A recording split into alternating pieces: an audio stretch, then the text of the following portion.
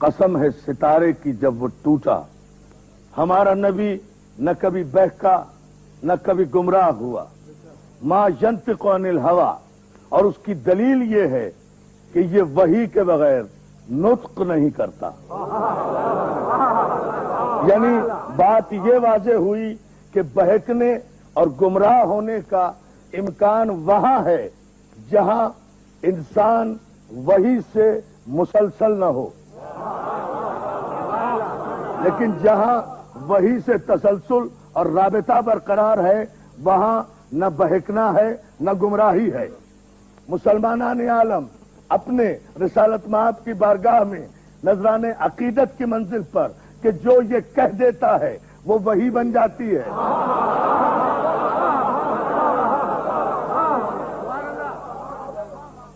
مقام فکر یہ ہے عزیزان محترم کہ وہ پروردگار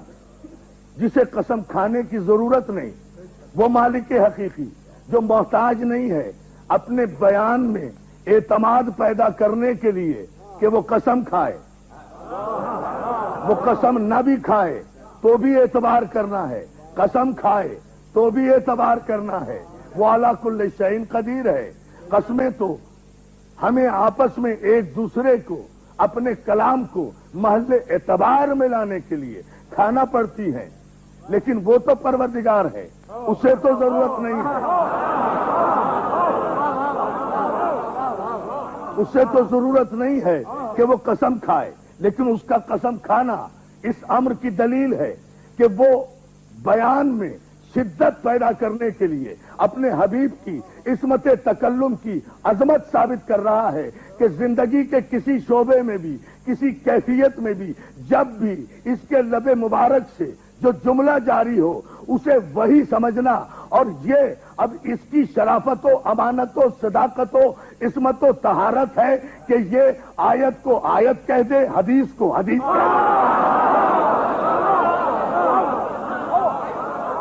دے۔ یہ توجہ ہے نا حضور، یہ اس کی صداقت ہے، یہ اس کی عظمت ہے، اس کی عصمت تکلم کی قسمیں کھائی ہیں پروردگار نے، اور کائنات میں صرف یہی ایک رسول ہے،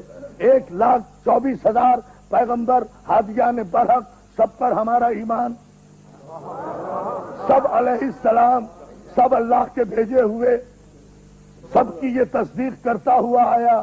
سب اس کی بشارت دیتے ہوئے آئے، سب نے اس کا کلمہ پڑھا، سارے انبیاء نے اس کا اقرار کیا۔ کس کی مجال ہے جو یہ طے کرے کہ وہ کب نبی تھا؟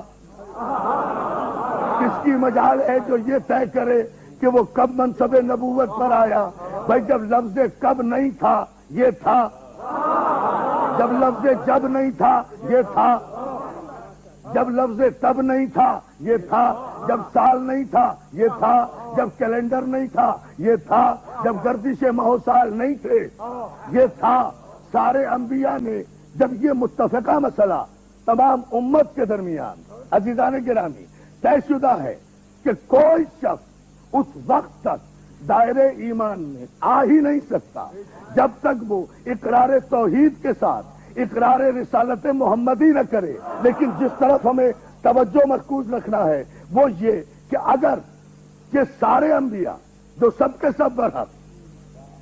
یہ کلمہ پڑھانے آئے، کس کا؟ توحید کا، وجہ تخلیق کائنات ہے، سرکار ختمی مرتبت کی ذات، پروردگار عالم نے کسی نبی کے لیے حدیث قدسی میں یہ نہیں کہا کہ کنت کنزا مخفیہ، میں چھپا ہوا خزانہ تھا، میں نے چاہا کہ میں پہچانا جاؤں تو اے محمد میں نے تجھے پیدا کیا۔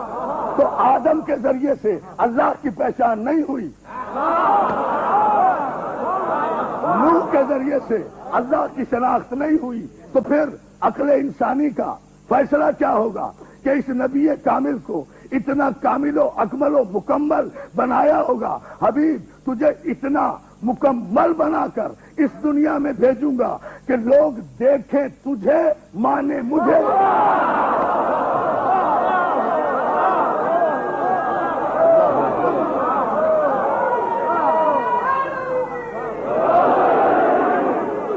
سوچنا یہ ہے کہ آدم کی امت نے تو آدم کا کلمہ پڑھا ہوگا نا،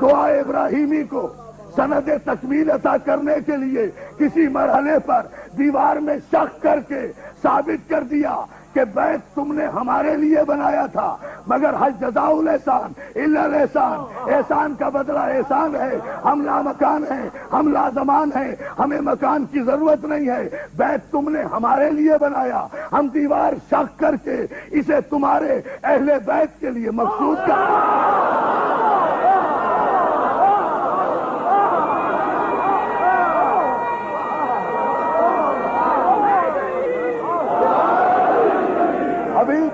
یاد کرو وہ وقت جب ہم نے سارے گروہ انبیاء سے یہ عہد لیا، میثاق لیا، پیمان لیا کہ تمہیں اس شرط پر حکمت و کتاب و نبوت عطا کی جاتی ہے کہ جب ایک مصدق نبی آئے گا تم اس پر ایمان بھی لاؤ گے، لتؤمنن بہ، ایمان بھی لاؤ گے، اس کی نصرت بھی کرو گے۔ قرآن نے فیصلہ کر دیا کہ خاتم النبیین پر تنہا ایمان لانا کافی نہیں ہے، مشکل کے وقت نبی کی نصرت بھی لازمی ہے۔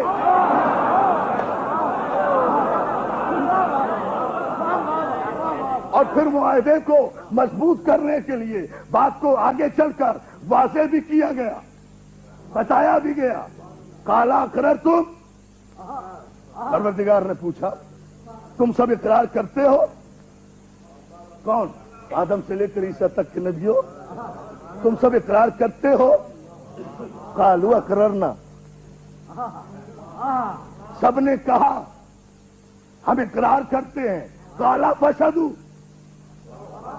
جب سب نے اقرار کر لیا ارشاد ہوا اچھا پھر گواہ بن جاؤ،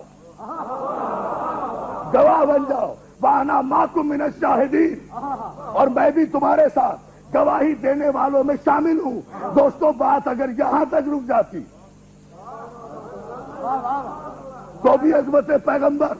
مکمل تھی اور اعلیٰ ترین تھی، مگر ہماری جان قربان اس وجہ تخلیق کائنات پر، اس علت غائیہ ممکنات پر، اس وجہ تزئین شخص جہاد پر، اس علم اول پر، اس عشق اول پر، اس حسن اول پر، اس عقل اول پر، اس روح اول پر، اس نور اول پر، اس قلم اول پر، اس قلم اول پر، اس گنتی کے پہلے عدد پر۔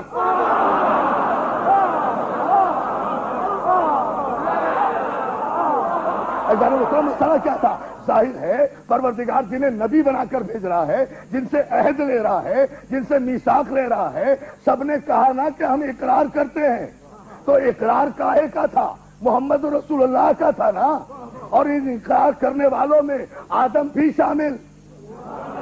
آدم کا بھی اقرار لا الہ الا اللہ محمد رسول اللہ۔ تو جب آدم کا اقرار ہے لا الہ الا اللہ محمد رسول اللہ، تو اب قیامت تک آدم کے تو کسی بیٹے کو یہ حق حاصل نہیں کہ وہ یہ تاریخ طے کرے کہ یہ کب سے نبی ہے۔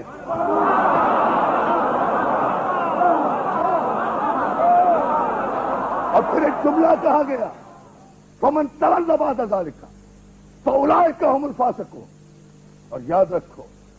جس نے بھی اس عہد کی خلاف ورزی کی تو دائرہ ایمان سے باہر چلے جاؤ گے۔ نبوتیں تو ایک طرف، دوستو قرآن کا مزاج یہ ہے، قرآن کی طبیعت یہ ہے، قرآن کا انداز تکلم یہ ہے، قرآن کا قانون فصاحت یہ ہے کہ وہ کبھی خطاب نبی سے کرتا ہے، مراد امتوں کو لیتا ہے۔ یہ قرآن کا انداز ہے۔ ظاہر ہے کہ جنہیں نبی بنایا گیا تھا ان سے یہ امکان تھا ہی نہیں کہ وہ بدعہدی کرتے، بدعہدی کا امکان ہی نہیں تھا، لیکن اس کے باوجود خطاب انبیاء سے کر کے قیامت تک کی نسل انسانی کے لیے قانون بنا دیا کہ آدم سے لے کر عیسیٰ تک کے انبیاء بھی اگر اقرار نبوت محمدی نہ کریں یا اقرار کر کے اس کا حق نصرت ادا نہ کریں تو جب وہ نبی نہیں رہتے تو مسلمان کیسے رہ جائے؟ یہ وہ منزل ہے جس پہ غور کریں، یہ وہ منزل ہے جس پہ تفکر کریں، یہ وہ منزل ہے جسے سوچیں۔ اور پھر دوسرے مقام پر پھر ارشاد ہوا اس کی ابدی ازلی اور قدیمی نبوت کا اگر یہ سب سے پہلے نہیں تھا تو قرآن نے پکار کر کیوں کہا میرے حبیب کیف اذا جئنا من کل امت بشہید وجئنا بک علی ہؤلاء شہیدا. قیامت کے دن دیکھنا ساری امتوں کا عالم کیا ہوگا جب ہم تمام امتوں پر ان کے نبیوں کو گواہ بلائیں گے اور سب نبیوں پر تمہیں گواہ بلائیں گے. تم گواہی دو.